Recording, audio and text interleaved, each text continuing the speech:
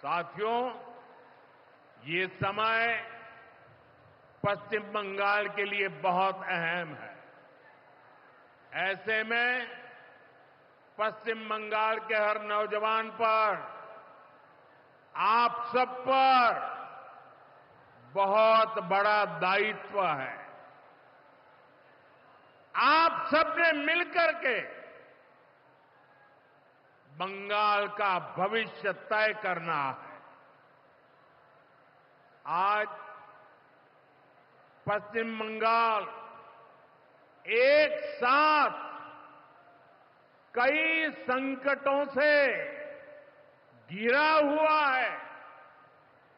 एक संकट समाज में फैली हिंसा और अराजकता का है। दूसरा संकट माताओं बहनों की असुरक्षा का है। उन पर हो रहे जघन्य अपराधों का है।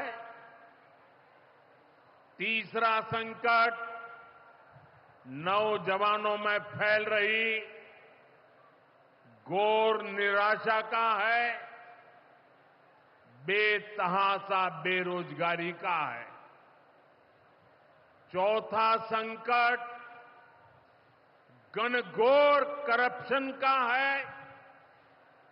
यहां की सिस्टम पर लगातार कम होते जनविश्वास का है।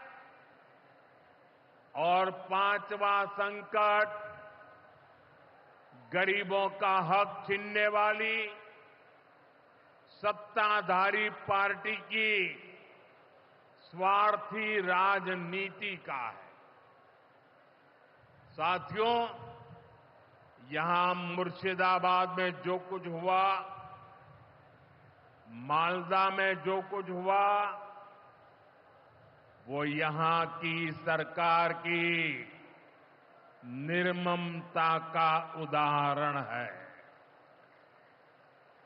दंगों में गरीब माताओं बहनों की जीवन भर की पूंजी राख कर दी गई। तुष्टीकरण के नाम पर गुंडागिर्दी को खुली छूट दे दी गई। जब सरकार चलाने वाले एक पार्टी के लोग, विधायक, कॉरपोरेटर ही लोगों के घरों को चिन्हित करके जलाते हैं और पुलिस तमाशा देखती है, तो उस भयावह स्थिति की कल्पना की जा सकती है। मैं बंगाल की भद्र जनता से पूछता हूं, क्या सरकारें ऐसे चलती हैं? यही भावेश्वर कर चलेगी? साथियों, बंगाल की जनता पर हो रहे इन अत्याचारों से यहां की निर्मम सरकार को कोई फर्क नहीं पड़ता। यहां बात बात पर कोर्ट को दखल देना पड़ता है।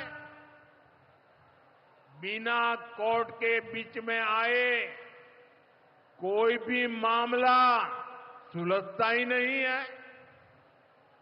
बंगाल की जनता को अब टीएमसी सरकार के सिस्टम पर भरोसा नहीं है। यहां की जनता के पास अब सिर्फ कोर्ट का आसरा ही है। इसलिए पूरा बंगाल कह रहा है, बंगाल में मची चीख पुकार, नहीं चाहिए निर्मम सरकार। बांग्लार चित्कार लागबे ना निर्मम सरकार।